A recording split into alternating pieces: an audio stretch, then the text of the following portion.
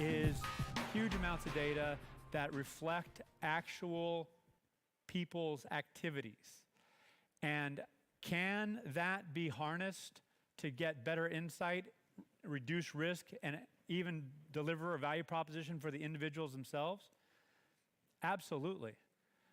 But is it ethical? Is it legally responsible? So these are some of the things that are going to be emerging moving forward in perpetuity. Right now we obviously have mobile devices that's collecting data on our location, on our activity, and we don't want Facebook and others, being, big brother and being spooky, but that's exactly what's happening. And in organizations right now, is it not an opportunity for leaders to say, hey, gosh, I know what people are doing, I know their preferences, and now I'm going to tailor my offerings and benefits and comp and other recognition to those specific needs. All that can be based on data. What I'm sharing with you today leverages the insight that not only me and my small brain, but some of the people analytics leaders who have been around for a long time, had successes, and are now in some of the most innovative people analytics organizations in the world. So here we go. I'm going to go fast. 81%. What the heck's 81%? I'm going to do it right off the bat and tell you what it is. 4 out of 5 people analytics projects are being held up due to ethical concerns. 4 out of 5.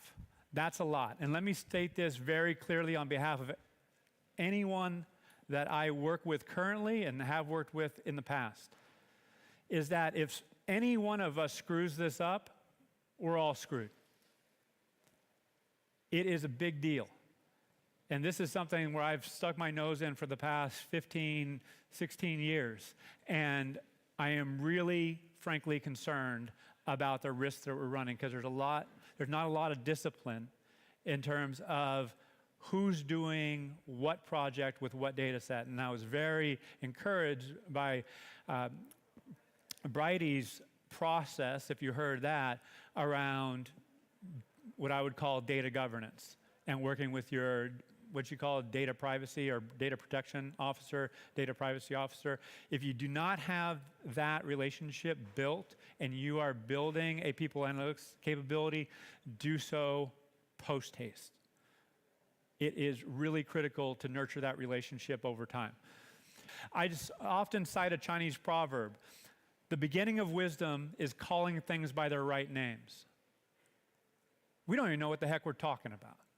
We really don't. And I don't mean that as a criticism, I mean that as an observation. And then when we start doing work with data, we have some young data scientist, analyst with a data set in Excel or SAS or some analytical tool, and they're trying to figure stuff out, and we have no idea what's going to come out and how that is going to be used in most organizations. That scares me. We have a massive opportunity, but we also have a massive responsibility. And I don't mean to be lectury when I say it. It's just I know the data is out there that we do not have this being addressed. But ultimately, we want to instill confidence among the employees that we are using their data responsibly. And they're conscious of how we're using that and where it's going. Similarly, we want to elevate confidence among our leaders that we are doing work that's going to add value to the enterprise. We want to instill confidence in HR that they have tools that they can leverage to influence intentional planned change in the organization. So you get where I'm going. This notion of confidence is very important. That being said, a lot of confidence is being undermined because we have not been delivering. Historically, we've been content being customers of the data within our organization. We've been, okay, hey, there's a business question that's coming down. I'm now going to look at my internal data sets and try and figure it out. What we have not been honest about is oftentimes that data that we're looking at is grossly inappropriate to answer the question the leader wants or needs to know. So what are we doing now?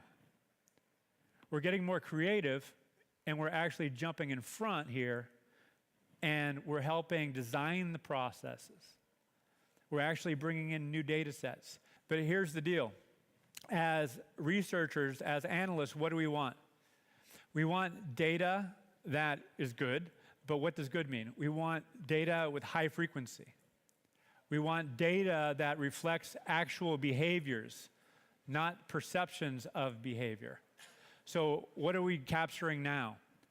Does anyone in their organization doing organizational network analysis or anything like that, natural language processing?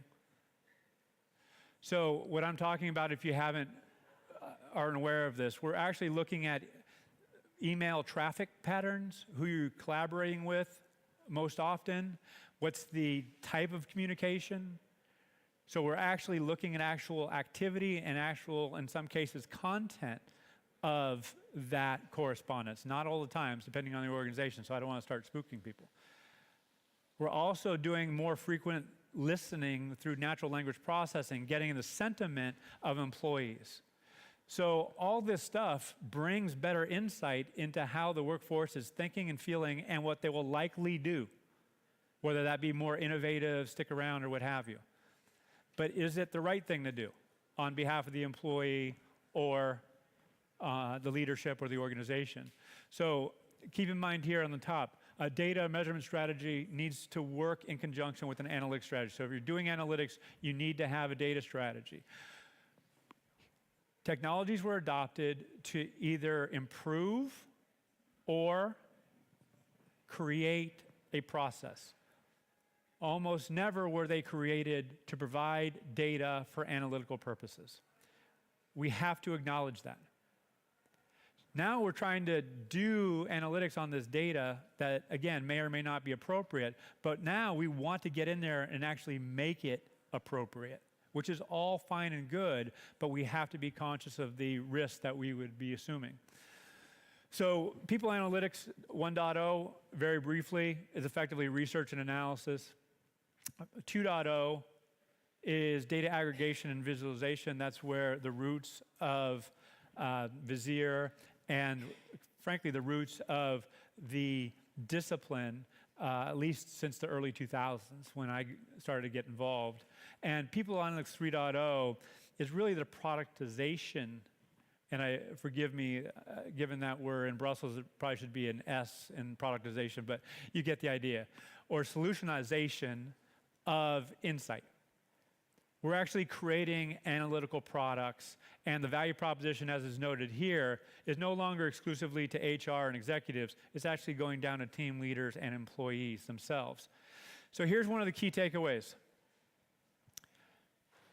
Josh Bersin says this. I've been saying it for years. It's something that, in my view, is a non-negotiable moving forward.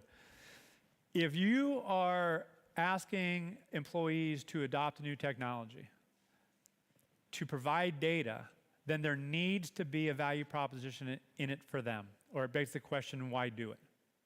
You follow me?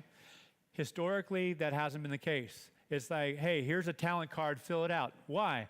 Because it's going to help the organization find you and you can get good job. You know, it has not been sold. How many talent cards, talent profiles in your HR system have been completed? Anybody have 50% or more? The average right now in the recent study is like 21% or some, frankly, 1 out of 5 talent cards. But if there was really a value proposition that, hey, gosh, if I were going to get appropriate training on time, then investments were going to be made and help me be more employable, whether it be inside this organization or out, what would be the propensity for an employee, a person, to generate data? Pretty high. So we have to keep this in mind. People Analytics is more important in the future, without a doubt. But I've been looking at the same damn thing, no joke, for the past 15 years. In one form or another, People Analytics is top 1 or 2, 3 priorities.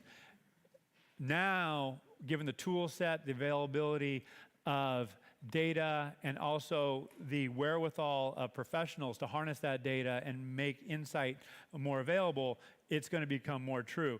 People Analytics will be more important over the next 3 years. 95%, almost everybody agreed it's going to be more important. But what does it look like?